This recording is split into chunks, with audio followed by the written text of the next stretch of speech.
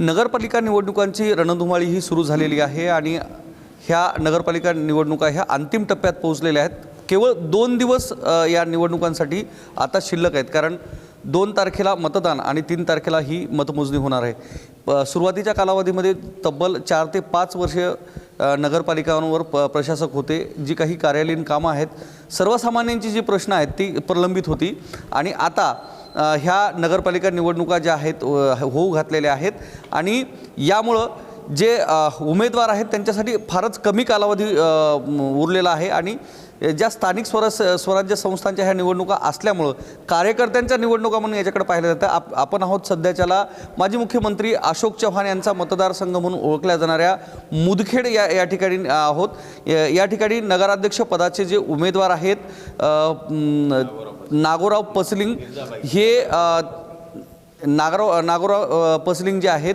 ते आपल्या सोबत आहेत। राष्ट्रवादी काँग्रेस अजित पवार गटाकडून ते या ठिकाणी नगराध्यक्ष पदाचे उमेदवार आहेत। काय सांगणार, एकूणच ही जी नगरपालिका आहे ही नगरपालिका अशोक चव्हाणांच्या आधिपत्याखाली गेल्या अनेक वर्षापासून आहे आणि लोकांचे जे प्रश्न आहेत आत्तापर्यंत कोणकोणते सोडवले गेलेले आहेत आणि कोणते प्रश्न सोडवणं अपेक्षित आहेत, काय वाटतंय? आज 25 वर्षापासून चव्हाण साहेबाच्या हातात सत्ता आहे मुदखेडची। 25 वर्षापासून आजपर्यंत फक्त समोरचे रोड ते बी BNCचे रोड आहेत। बाकी याच्या व्यतिरिक्त गावामध्ये गली बोळात कुठं रोड नाही, नाली नाही, पूर्ण कचऱ्याचं साम्राज्य आहे, घाण आहे। तुम्ही एक वेळेस थोडं गावात म्हणजे चिखलवाडी असो, रेल्वे स्टेशनचा भाग असो, गाव असो जुनं, हे मेन रोड सोडून तुम्ही थोडं साईडला जाऊन बघा की जिथं की माणूस बसूसुद्धा शकत नाही। ते लोक आज एवढ्या याच्यामध्ये आहेत की ते तिथून एकतर त्यांना बाहेर गेलं तर पोटाची व्यवस्था होत नाही, मजबुरीने त्या ठिकाणी राहून तिथं आज पोट भरत आहेत, रोज मंजुरी करून भरणारे लोक आहेत। आम्ही ज्यावेळेस तिथं जातो, आजपर्यंत आम्ही याच्यामध्ये राजकारणात नव्हतो। पहिली वेळेस आम्ही आमचं म्हणजे एकतर इथं पार्टीसुद्धा नव्हती। मी ज्यावेळेस आलो, ज्यावेळेस की आपले याच्या हे भरण्याच्या अगोदर फॉर्म भरण्याच्या अगोदर 2-3 दिवस अगोदर मी पक्षात आलो। बरं, एकूण जर पाहिलं तर गेल्या 25 ते 30 वर्षाचा कालखंड आहे जो आहे तो हा काँग्रेसचा बालेकिल्ला म्हणून या मतदारसंघाकडे पाहिल्या जाते आणि या ठिकाणी आपणच ज्या पद्धतीने सांगितलं राष्ट्रवादी काँग्रेसचं अस्तित्व नव्हतं, तर आत्ता थेट जी लढत आहे ती काँग्रेस, राष्ट्रवादी काँग्रेस आणि भाजपा यांच्यात आहे। जे अगोदर काँग्रेसमध्ये होते ते आज भाजपामध्ये गेलेले आहेत आणि सत्तेत सहभागी आहेत। तर तुम्ही हे आव्हान कसं पाहता, काय वाटतं? सर्वसामान्यांचा टिकाव लागेल या गोष्टीमध्ये? ज्या राष्ट्रवादी काँग्रेसचं इथं भवितव्य नव्हतं त्या ठिकाणी राष्ट्रवादी काँग्रेस लढते, या गोष्टीमध्ये टिकाव लागेल? बिलकुल टिकाव लागेल। आमच्यासोबत चिखलीकर साहेब आहेत, राज्याचे उपमुख्यमंत्री अजितदादा पवार आमच्यासोबत आहेत। बिलकुल आम्ही गावाचा विकास करू। आणि दुसरी गोष्ट म्हणजे आजपर्यंत 25 वर्षापासून फक्त आश्वासनं साहेबाचे, चव्हाण साहेबाचे फक्त आश्वासनं असतात। इलेक्शन आलं की गावागावात बोर्ड लावणं, उद्घाटन करणं, नारळ फोडणं, बाकी याच्या व्यतिरिक्त काहीच नाही। कुठंच काही पाण्याची व्यवस्था नाही। पाण्याचे एवढाले खूप मोठे हे बजेट आलेले आहेत, पण आजपर्यंत ते पैशाचा विल्हेवाट कसा लावला आणि काय नाही। फक्त पाईपलाईन टाकली, पाणी कुठंच नाही, कुठं पाणी बरोबर येत नाही। घाण पाणी नाल्यामधलं पाणी लोकायला पियायला येते। आज एवढी बिकट पाण्याची परिस्थिती आहे की त्या ठिकाणी आज तुम्ही पाणी बघलं तर म्हणसाल ना हे पाणी पिण्याचं काय पाय धुण्याच्या सुद्धा लायकीचं नाही, ही परिस्थिती आहे पाण्याची। आणि दुसरी गोष्ट राहण्यासाठी आता जे व्यापारी लाईन आमच्या इथे जास्त आहे, व्यापारी लाईन असल्यामुळे आमच्या व्यापाऱ्याला इथं कुठलाच उद्योग नाही। रोज कमीत कमी 2000 लोक आमच्या इथून निजामाबाद, इकडे आदिलाबाद रोज सकाळी जातात ट्रेननं। हे ट्रेनची सुविधा असल्यामुळे ट्रेननं जातात, सकाळी 5 वाजता घरून निघतात आणि संध्याकाळी 10-11 वाजता घरी येतात। त्यांची खाण्यापिण्याची व्यवस्था नाही, ते फक्त बाहेर पोट भरायचं, फक्त झोपण्यासाठी इथे येतात। याच्या व्यतिरिक्त मुदखेडचा विकास तर सोडा, मात्र पूर्ण भकास करून टाकलेल्या मुदखेडला। ज्या पद्धतीनं आता ह्या निवडणुका होत आहेत, एकतर सत्तेत असणारा पक्ष, त्यातल्या त्यात मोठा नेता आणि त्यांच्या होणाऱ्या सभा, राष्ट्रवादी काँग्रेसच्या अशा या नगरपालिकेमध्ये कोणत्याही मोठ्या नेत्याच्या सभा होताना पाहायला मिळणार नाही, जेणेकरून हे जे मतांचं जे विभाजन होणार आहे ते होणार नाही. मोठ्या नेत्याचे तुम्ही ज्या पद्धतीनं सांगितलं, अजित पवार असतील, प्रताप पाटील चिखलीकर असतील, हे सर्व जे नेते आहेत या ठिकाणी मोठा नेता कोणताच आलेला नाही.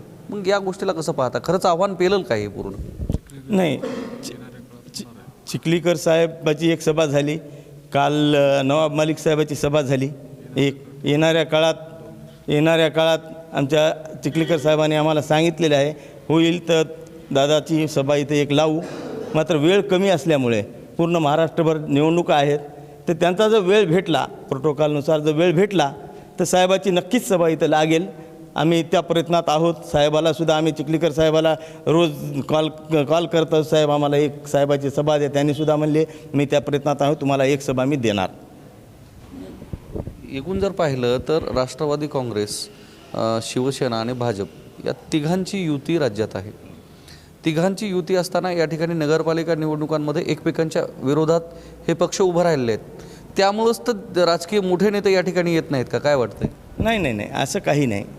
आमच्या साहेबाने युतीसाठी प्रयत्न केलेले आहेत. मात्र अशोकराव चव्हाण साहेबाचं म्हणणं असं की माझ्याशिवाय इथं कोणीच नाही.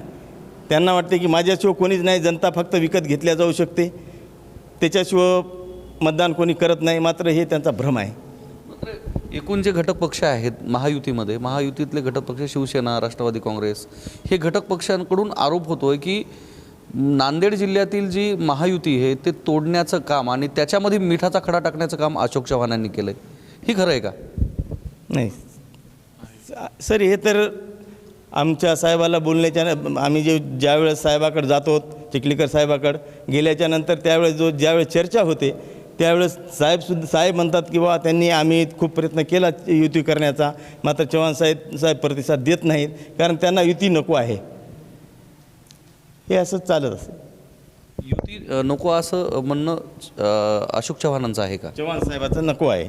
चव्हाण साहेबाला वाटते की युती नको, मी इथं सक्षम आहे.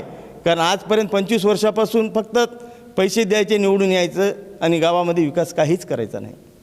असा कोणता अजेंडा आहे, जर तुम्हाला लोकांनी प्रतिनिधी म्हणून जर निवड केली तर असा कोणता अजेंडा तुमच्या शहरासाठी तुमच्याकडे आहे जो तुम्ही उद्याच्या कालावधीमध्ये या शहराच्या विकासासंदर्भात ठेवणार आहात? आम्ही जाहीरनामा काढलेला आहे. जाहीरनाम्याप्रमाणे आम्ही ते विकास करू गावाचा, आणि आम्हाला चिखलीकर साहेब पूर्णत्व आम्हाला मदत करण्यास तयार आहेत गावच्या विकासासाठी. काय नेमका तुमचा मोटो आहे अथवा जाहीरनामा आहे? आमचा रोड, पाणी, लाईट, बाकी मुलांसाठी शाळा आणि गार्डन वगैरे खेळण्यासाठी. त्याच्यानंतर आता जे नवे पोलीस भरती होते त्याच्यासाठी ग्राउंड नाही, ते ग्राउंडची व्यवस्था करू. महिलांसाठी सुविधा, शौचालय नाहीत. पूर्ण कोणत्याही बी आमच्या चौकामध्ये एक पण आजपर्यंत शौचालय नाही. शौचालय आम्ही बांधू, व्यवस्थित गाव सुशोभित करू. पूर्ण व्यवस्थित, समजा जिथं घाण आहे ते घाण आमच्या याच्यामध्ये कुठंच गावामध्ये घाण दिसणार नाही, हे आमचा संकल्प आहे. निश्चितच हे होते राष्ट्रवादी काँग्रेस पक्षाचे जे नगराध्यक्षपदाचे जे उमेदवार आहेत नागोराव पचलिंग यांनी शहर विकासाचं जे मॉडेल आहे ते समोर ठेवलेलं आहे. एकूणच जर पाहिलं तर राष्ट्रवादी काँग्रेस, शिवसेना आणि भाजपा यांची राज्यामध्ये युती आहे आणि महायुतीत हे तिन्ही घटक पक्ष एकत्र आहेत. मात्र भोकर मुदखेड जी ही आहे नगरपालिका निवडणुका आहे त्या निवडणुकामध्ये हे जे घटक पक्ष आहेत एकमेकांच्या विरोधात शड्डू ठोकून उभे राहिलेले आहेत आणि एक मोठं आव्हान त्यांच्यासमोर आहे. पाहूयात येणाऱ्या कालावधीमध्ये उद्याच्या 2 तारखेला कोण कोणाच्या विरोधात चितपट करत सत्तेत सामील होतो आणि या ठिकाणी कुणाचा झेंडा जो या नगरपालिकेवर फडकतो हे पाहणं औत्सुक्याचं असणार आहे. कॅमेरामन अमोलसह मी धनंजय सोळंके, टाइम्स मराठी, नांदेड.